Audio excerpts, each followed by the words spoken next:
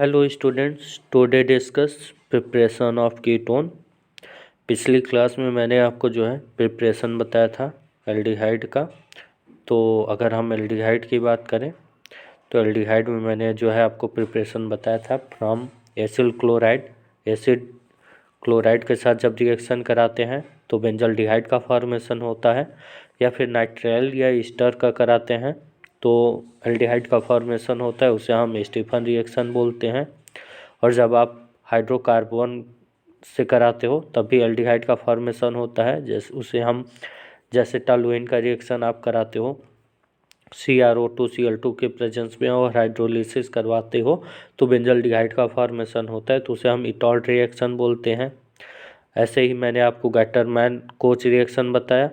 फिर उसके बाद आज हम बात करेंगे प्रिपरेशन ऑफ कीटोन। अगर हम प्रिपरेशन ऑफ कीटोन की बात करें तो फर्स्ट पॉइंट है फ्रॉम एसिल क्लोराइड। जब हम एसिल क्लोराइड की बात करते हैं तो यहाँ पर क्या होता है कि जब आप ग्रिग्नार्ड रेजेंट का CdCl2 के साथ रिएक्शन कराते हो तो यहाँ पर R2CD प्लस MgXCl बन जाता है। तो अगर हम बात करें यहाँ पर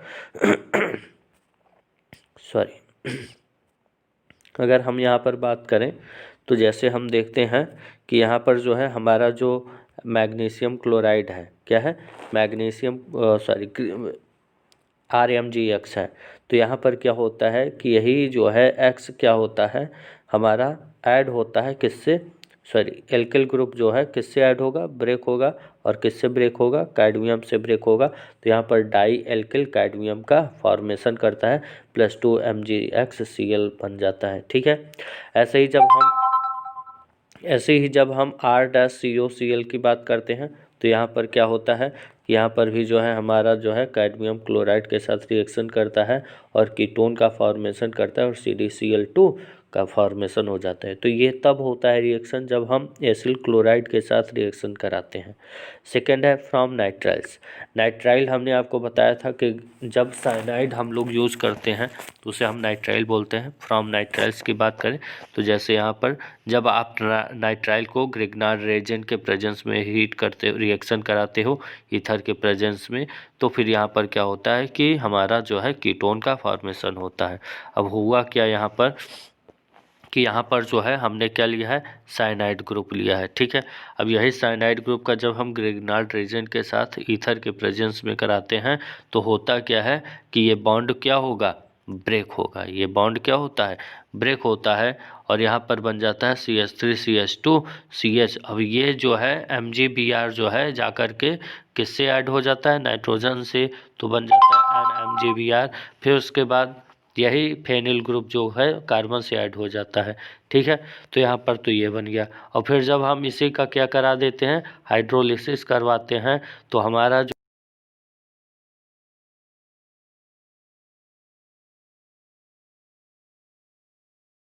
नील प्रोपेनोन, ठीक है, जिसको हम लोग प्रोपियोफिनोन भी बोलते हैं। तो ये आपका जो है फ्रॉम नाइट्राइल से हो गया। अगला reaction from benzene or substituted benzene. जब हम बेंजीन का रिएक्शन कराते हैं सब्स्टिट्यूटेड बेंजीन के साथ तो यहाँ पर क्या होता है कि फ्रीडल क्राफ्ट एसाइलेशन होता है। जब यहाँ पर क्या होगा कि जब हम बेंजीन का रिएक्शन एरोमेटिक कंपाउंड जो है ले लेते हैं कोई भी, जब बेंजीन RCOCl के साथ रिएक्शन कराते हैं एनहाइड्रस Cl3 के प्रेजेंस में, तो होता क्या है यहाँ पर कि यहाँ पर फॉर्मेशन हमारा होता है फ्रीडल क्राफ्ट एसाइलेशन के द्वारा, किसका, कीटोन का। किसका फॉर्मेशन होता है, कीटोन का फॉर्मेशन होता है। तो सिंपल सा रूल है, जब बेंजीन के साथ रिएक्शन कराओगे तो कीटोन का फॉर्मेशन होता है। अब यहाँ पर जो है एग्जाम्पल दिया हुआ है, जैसे हेक्सेन 1 ऑल टू हेक्सेनॉल। अब आपको कन्वर्ट करना है हेक्सेन 1 ऑल से हेक्सेनॉल में, या साइक्लोहेक्सेनॉल से साइक्लोहेक्सेनोन में, मतलब एल्कोहल से या फिर आप जो है किस में कन्वर्ट करोगे, कीटोन में कन्वर्ट करोगे। तो यहाँ पर जो एग्जांपल्स दिए उनके आंसर भी दिए हैं, इसको सॉल्व करो। लेकिन यहाँ पर कुछ स्ट्रक्चर्स दिए हैं, इनको ये क्वेश्चन आपको जो है सॉल्व करके हमें सेंड करना है। ठीक है। आगे हम बात करते हैं जो है फिजिकल प्रॉपर्टीज़ का। अब बेटा फिजिकल प्रॉपर्टीज़ की बात करेंगे तो मेथनॉल जो होता है, मेथनॉल मेथेनॉल को जो है हम लोग ये एक गैस होता है एट रूम टेम्परेचर पर। इथेनॉल की बात करेंगे, इथेनॉल जो होता है वो वोलेटाइल लिक्विड होता है, लेकिन जब हम एल्डिहाइड और कीटोन की बात करते हैं तो ये लिक्विड या फिर सॉलिड होते हैं एट रूम टेम्परेचर पर। अगर हम एल्डिहाइड और कीटोन के बॉइलिंग पॉइंट की बात करें तो बॉइलिंग पॉइंट क्या होती है, हायर होती है, ज़्यादा होती है हाइड्रोकार्बन से। और जो ईथर होता है वो कंपैरेबल मॉलिक्यूलर मास होता है। क्यों? क्योंकि जो उसकी जो है मॉलिक्यूलर एसोसिएशन होती है due to weak molecular association in aldehyde and ketone arising out of the dipole moment interaction. यहाँ पर क्या होता है कि डाइपोल मोमेंट इंटरेक्शन होता है। ठीक है। अगर हम बॉइलिंग पॉइंट की बात करें तो बॉइलिंग पॉइंट क्या होता है, कम होता है एल्कोहल से। क्यों? क्योंकि मॉलिक्यूलर मास जो होगा इसके जो हाइड्रोजन बॉन्डिंग होती है, इंटरमॉलिक्यूलर हाइड्रोजन बॉन्डिंग, वो क्या होती है, एब्सेंट होती है, जिसकी वजह से इसका जो बॉइलिंग पॉइंट होता है वो क्या होता है, कम होता है। ऐसे ही जब हम मॉलिक्यूलर मास जैसे 58 या फिर 60 की बात करें जैसे, तो यहाँ पर क्या होता है कि बॉइलिंग पॉइंट क्या होता है, इंक्रीज होता है। ठीक है।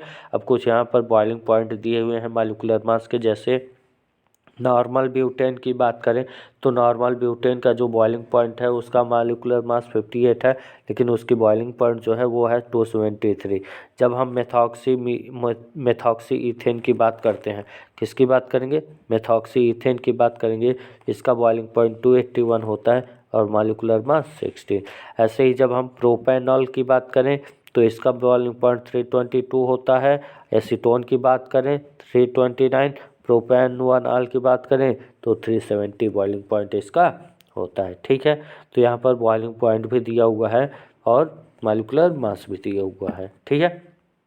फिर उसके बाद हम बात करते हैं lower member of aldehyde and ketone such as methanol, ethanol and propanone are miscible with water in all proportion because they form hydrogen bond with water। अब यहाँ पर क्या होता है कि जो कीटोन होता है उसका जो ऑक्सीजन होता है जिसमें पार्शियल निगेटिव चार्ज होता है वो वाटर के पार्शियल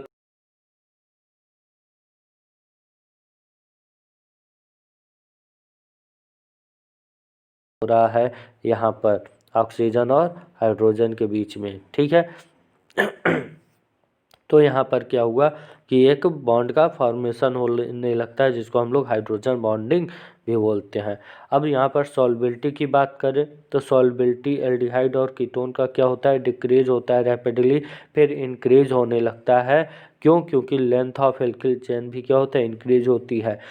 अगर हम एल्डिहाइड और कीटोन की बात करें एल्डिहाइड और कीटोन की बात करें तो ये फेयरली सॉल्युबल होते हैं ऑर्गेनिक सॉल्वेंट में। अब ऑर्गेनिक सॉल्वेंट कौन कौन सा होता है आपका, जैसे benzene, ether, methanol and chloroform. Lower aldehyde की बात करें तो ये शार्प पंजेंट ऑर्डर होता है इनका, साइज जो मॉलिक्यूल का होता है वो इंक्रीज करता है तो ऑर्डर बिकम क्या होता है, कम हो जाते हैं, कम पंजेंट होता है और मोर सबसे ज़्यादा फ्रेगमेंट होती है। ठीक है।